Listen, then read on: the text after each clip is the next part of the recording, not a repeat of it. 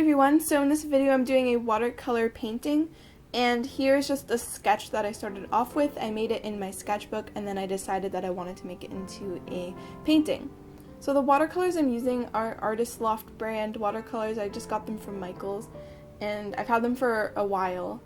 And this is like it's called a Pentel Aqua Wash. It's like a water brush, so you fill it up with water and the water comes out the end of the brush, and it's really useful. And here's a 12 set of the Koi watercolor brush pens. They're like markers that you can blend around with water. I'm not sure if I'm saying that right. And this is Faber-Castell Soft Pastels. There's 24. And I used some green painter's tape, just stuff I had lying around. And I used two different Jelly Roll pens, a white one and like a silvery sparkly one. And these are just the erasers I use, a kneadable eraser and an extendable eraser. And I use mechanical pencils to sketch and outline everything. And here's some white gouache paint. It's the Reeves brand. I don't know if I'm saying that right either, but I use that for some highlights. So I'm just starting off. I scanned the sketch from my sketchbook onto like a USB, and then I brought it into Photoshop and I made it 8.5 by 11, and then I just traced it onto my watercolor paper. The watercolor paper I'm using is Strathmore cold press paper. I don't know why I didn't show that in the beginning, but yeah, that's the paper that I am using, and I'm just transferring my sketch onto the watercolor paper using a mechanical pencil. And something that I really tried hard to do with this is I tried to make the eyes line up a bit better than I usually do, because sometimes I don't realize that the eyes are really unbalanced until I'm finished coloring something, and then I realize, oh no, the eyes are completely wrong. But once you're done coloring, you can't change anything. So I tried to do that, and I think it's a bit better than usual, but I'm not really sure if it's 100% good. I don't think it is, but I tried to make the eyes kind of even. So basically for this picture, it's kind of like a wintry themed picture. So she has Christmas lights all around her, wrapped through her hair, and just kind of like swirling all around her. And it doesn't really look like it's a Christmas picture when you first look at it, but once you realize they are Christmas lights, I guess then it looks like a Christmas picture.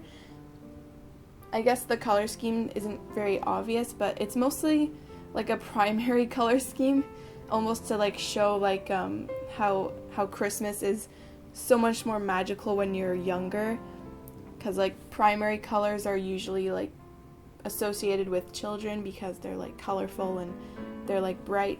And I do like working with primary colors, especially if some are more muted than others, but I didn't really do that on purpose, but it just worked out, being that I did use only primary colors really in most of the coloring. So here I'm just using that water brush I was talking about, the Pentel Aqua Wash one. And it was really easy to work with. Usually with watercolor, I always mess something up, and I just find it really hard to get the ratio of color to water right, just because I haven't really done watercolor that much. Like, I'm not experienced at all when it comes to watercolor. I just really have always struggled with it because I don't do it enough. But this brush made everything so much easier because the water just comes out automatically. It comes out on its own. And if you need more water to come out of the brush, you just squeeze the barrel a bit and then more water will come out. And I was using this for an ink wash for a really long time. And it's been sitting in there for 2 months of this water and ink mixture, but it washed out really easily. And I just filled it up with normal clean water, and I just used that to take the paint right off the palette, and I kind of like diluted it on the paper, and it was really fun to work with this. I thoroughly enjoyed working with this water brush. I would highly recommend these. Not sponsored, but like it's a really good product. I think they have different sizes of brushes and different capacities and stuff like that. They have different varieties, but I only have the one because the store that I got it from, Michael's, only had one kind of water brush, the one that I go to, so that was the only option I had. So I wanted to make her hair kind of almost look snowy, but I ended up just making it too blue. I kind of forgot what I originally set out to make her hair look like. So her hair just looks blue, and I know when there's like shadows on the snow. The shadows are more of like a cool shadow, like bluish purplish shadows on snow, so I guess that's kind of where the blue came from. And I left white highlights because it's supposed to kind of relate to the snow, but it doesn't really. And I think I struggled the most with coloring the scarf that she's wearing and the coat, because I'm really not good at coloring those kinds of things traditionally. I'm more used to it digitally because you can work from dark to light. It's just a different way of working, and I'm just really not too good at that when it comes to traditional art. So I tried to make it look okay here, but there's not that much shading, and it kind of, I don't know, I'm not really happy with the way the clothing turned out. I'm okay with the hair and the skin and the lights, but it's just the clothing I'm not happy with. But I think the overall atmosphere is nice and bright and cheerful for winter, just to show like the wonder of it when you're like a child. That's kind of what I am calling it in my mind, wonder, just because of like the primary colors and all the lights, and she just looks like she's in awe of Christmas and winter. So that was my idea behind it. And I was originally going to make her coat a dark red, but I just ended up doing pink because I was afraid I would mess it up if I did a color that was too dark, especially with watercolor that I'm not very experienced with at all. So I haven't really used these the watercolor brush pens, the Koi ones, and I don't know if that's how you say it. I'm probably saying it completely wrong, but that's just how it sounds in my head. That's just how I read it. I don't think I've ever heard anyone pronounce it before. But I used those to outline the scarf and the coat and parts of her hair. And I just wish they were a little bit of more of a muted color because they're super saturated. But if you just want to dilute them, you can go over them with the water brush or any brush with water on it. You can spread it around on the paper. So I guess that's why they're called watercolor brushes.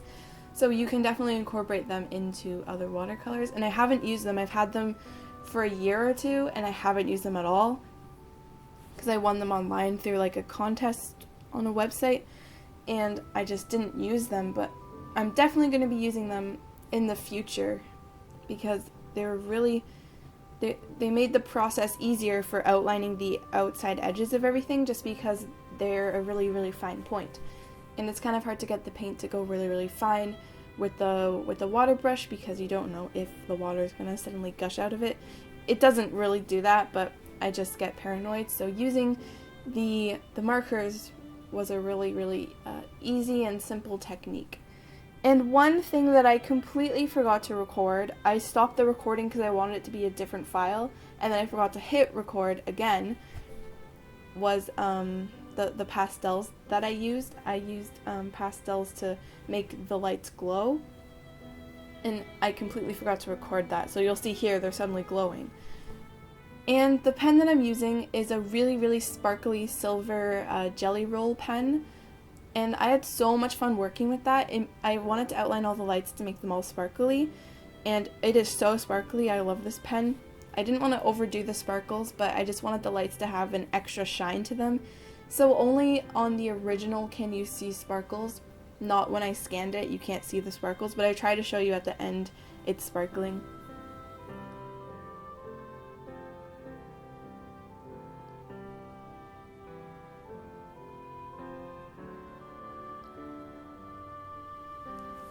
So I hope you enjoyed seeing my watercolor speed paint, and I hope you enjoyed seeing the whole process for it. So thanks for watching, and I'll see you in my next video.